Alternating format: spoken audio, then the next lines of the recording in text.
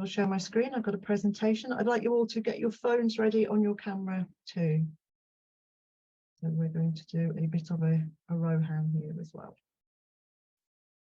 I don't think I've got any sound on it, but there we go.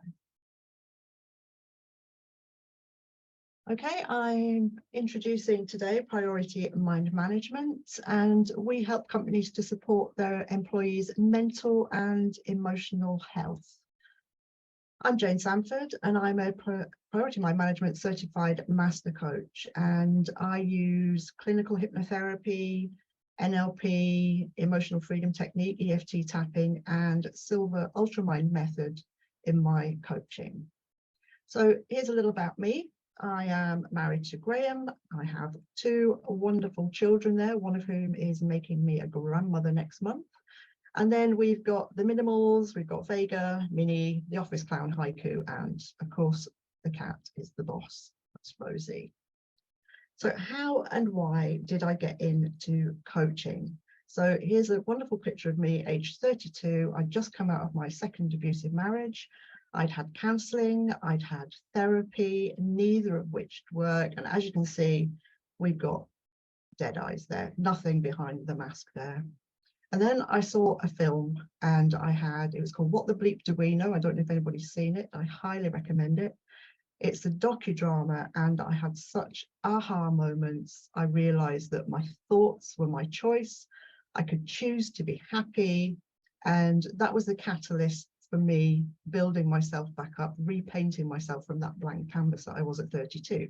So here's me at 42, all sunshine and rainbows. And it's been up, up, up from there on. And why I do this is because so many people can benefit from having that aha moment. And if I can help myself, who else can I help? So that's enough about me. What is mind management? Very simply, it's taking care of your thoughts, it's understanding your thoughts, it's using tools and techniques that we'll show you just to help you feel better and be happier. And what mind management isn't, it's not traditional psychotherapy, and it's not counselling. So what is the difference? How does mind management differ from stereotypical therapy and counselling? Well, it's not just about talking therapy, it's about solutions. It's finding those solutions for people and helping people to come to their own solutions.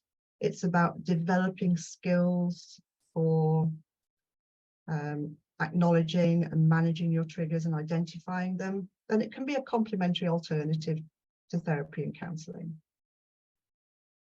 So here's the poll. If you've got your cameras ready, if you just like to scan the QR code and just tick, how do you think mind management techniques can improve people's lives?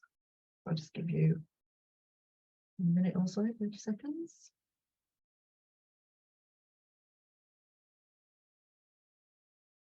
Is there anything happening?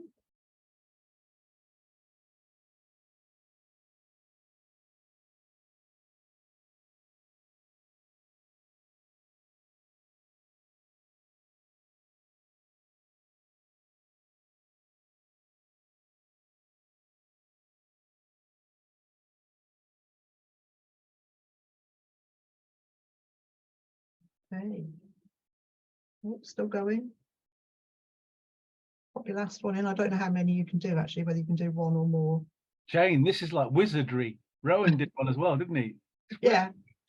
Okay, so we've got, it's gone up now to better focus. Okay, I'm going to move on from this now. So indeed it can. So my mission, back to me again, my mission is to help people live their best lives by equipping them with the tools, strategies and support to master their thoughts and emotions, to unlock happiness and fulfillment. And of course, that can include better focus as well. So now down to business. According to the HSE, stress, depression and anxiety accounted for more than half of all cases of self-reported work-related ill health in Great Britain, 21-22. So there were 30.8 million work-related sick days reported. 16.9 million of those were for stress, depression or anxiety. And that equates to 18.6 days off on average per person who self-reported that work-related ill health. And that is huge. So as a corporate business, mind management creates a culture of compassion. It breaks down barriers and creates more meaningful relationships. And that's not just between managers and employees, that's also between colleagues. There are fewer sick days, reduced staff turnover, increased retention, and it's a smart investment in the success of the business because it produces a more positive and productive workforce.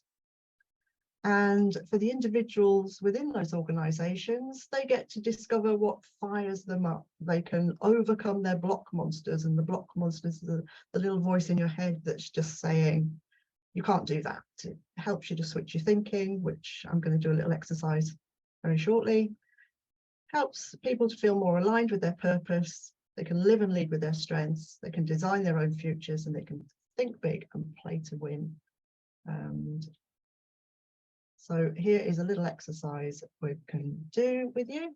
So before I did this presentation, so this is something you can take away with you. So this is the PALM technique. So it's physical association, attention, language, and meaning. Just imagine you've got PALM written there. So when I was thinking about doing the presentation, my heart started beating faster. This is the physical association. Your heart starts to beat faster. So you come up with a response then to change that around into, for me, it was a breathing exercise. And the attention, it's what we put our focus on. So over the weekend and yesterday, I was procrastinating a little bit. I was watching Netflix and just not trying to focus on the presentation. But then I switched it around and I thought, no, I am going to practice the presentation. So it was recognizing that I was procrastinating. And it's the language, it's the stories that we tell ourselves, like, why did I agree to do this presentation? And then I switched that around, you know, I'm really lucky to have this opportunity. And then we always attach meanings to things. So the meaning was, I'm not in control. Doing this presentation, I'm totally not in control. And I just turned it on its head and said, actually, I'm totally in control of this. And one of the things I love to tell myself is when I do feel a little anxious or fearful is, fear is excitement without breath. So you can just breathe into it and it becomes exciting. So what do we offer? We have got online self-help programs that we can white label to your company brand, individual employee coaching, we've got combined programs of the two, and we differ from employee assistance programs in that we do hourly packages, 10, 20, 30 hours, not an annual subscription. So once you've used up your 10 hours, you can then buy another 10 hours if you need to. We do bespoke training, so that's mental health first aid, mental health awareness, anxiety and depression awareness, and this can be in groups or one-on-one, but we can come to you or we can do that online. And then individual packages, which I do myself, so I give a free discovery and rapport call, which you're all welcome to have one of those if you want. 4-session mind management package, and I've got my own 12-week interactive program as well. Ideal referrals for the corporate world, entrepreneurs, CEOs, managing directors, HR directors. If you know somebody that's struggling with staff retention, or if they've got a workforce that's not playing the game. And then individuals, remote workers, up-levelers, people who want to up-level their careers, spouses, children, friends, even your neighbours. If it's in the mind, it can be managed. Everybody seems to have a little tagline, so I've created one now. So gift yourself a happier brain, book a one-to-one with Jane. Scan there for my link tree, and my contact details are up there too. Any questions? I don't know how long it was. That was perfect, Jane. That was Yes, spot on. That was perfect. Can I just ask, with the training, do you train bosses not to be narcissistic bastards? Yeah. Because that's often, I've found in my employed days, most of the grief that happened lower down started at the top, and a lot of the time, yeah, it was. I mean, narcissistic bosses are probably the worst. And there's plenty of them, isn't there? Micromanaging, just generally not having a clue of how to deal with people. And I always think that sorting a company out starts at the top first. Is that not right? Yeah, one of our CEOs, Cuddy Cudworth, there's Cuddy and there's Graham, one of the CEOs there. He is brutal.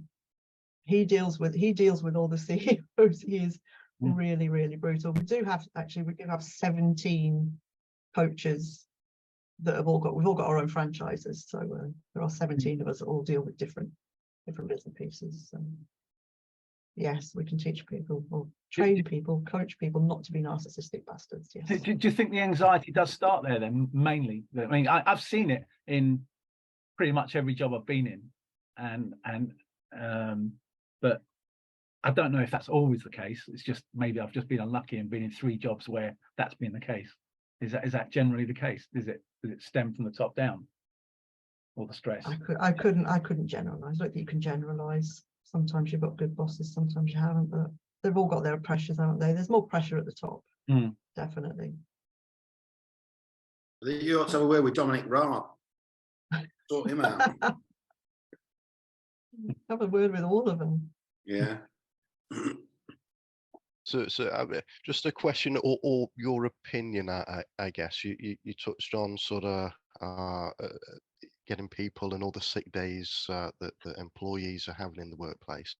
Do you think that reducing that to the 4-day week or having more official duvet days will help reduce the time that people have this sick day?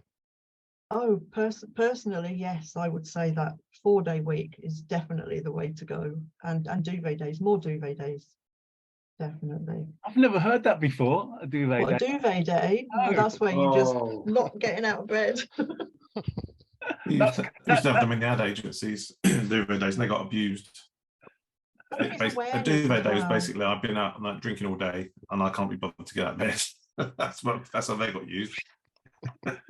Yeah, I think it's all the awareness at the top as well. You know, sort of the awareness training is good for those at the top, because you know some of them don't even realize that they have problems with their mind management and they can't see it. So it's learning to recognize as well what stress and burnout looks like in their employees.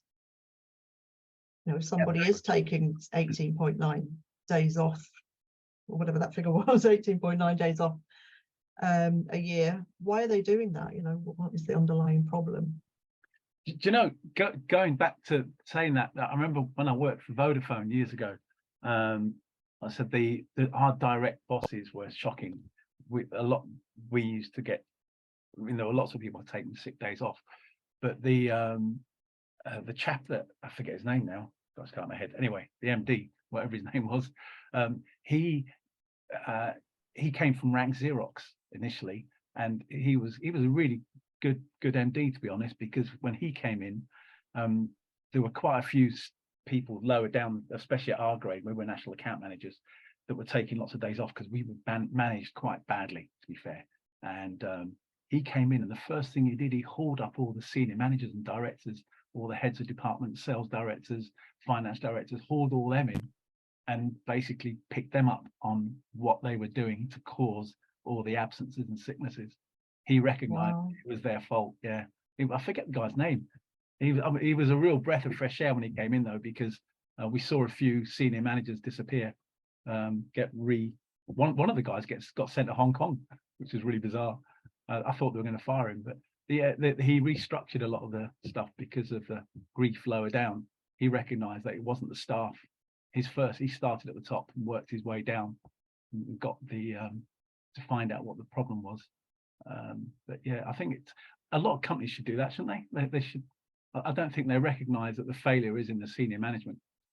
Definitely. I think with management buyouts as well, that does happen, doesn't it? You get the venture capitalists that come in, the investors come in, and they start knocking heads from the top. Good. Well, yes, we will need to move along.